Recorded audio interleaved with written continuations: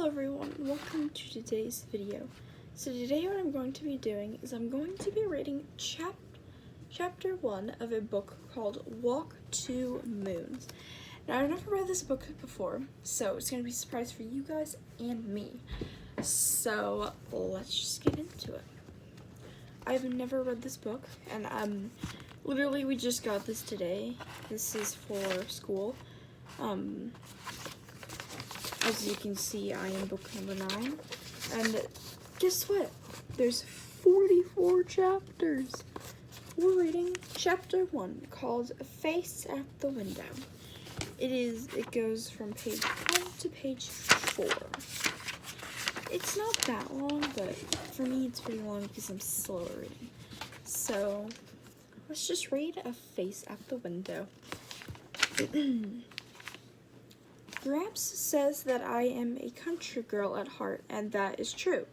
I have lived most of my 13 years in Banks, Kentucky, which is not much more than a caboodle of houses roasting in a green spot alongside the Ohio River. Just over a year ago, my father plucked me up just like a weed and took me and all our belongings. No, that is not true. He did not bring the chestnut tree, the willow, the maple, the hayloft, or the swimming hole, which all belonged to me. And we drove 300 miles straight north and stopped in front of a house in Euclid, Ohio. No trees, I said. This is where we're going to live? No, my father said. This is Margaret's house. The front door of the house opened, and a lady with wild red hair stood there. I looked up and down the street. The houses were all jammed together like a row of birdhouses. In the front of each house was a tiny square of grass, and in front of that was a thin gray sidewalk running alongside a gray road. Where's the barn? I asked. The river? The swimming hole? Oh, Sal, my father said. Come on, there's Margaret.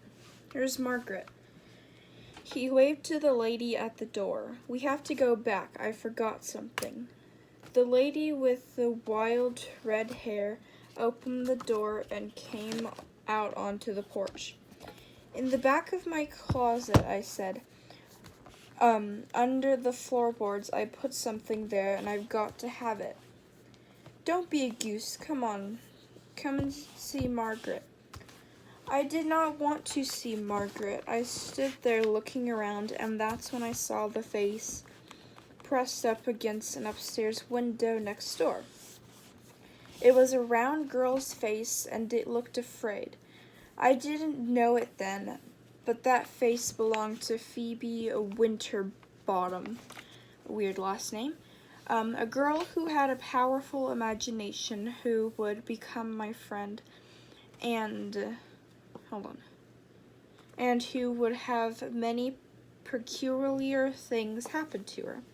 Not long ago, when I was locked in a car with my grandparents for 6 days, I told them the story of Phoebe, and when I finished telling them, or maybe even as I was telling them, I realized that the story of Phoebe was like the plaster wall in our old house in Banks, Kentucky.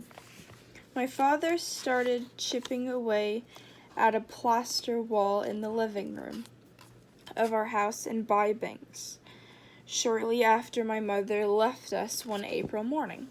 Our house was an old farmhouse that my parents had been restoring room by room. Each night as he waited to hear from my mother, he chipped away at that wall.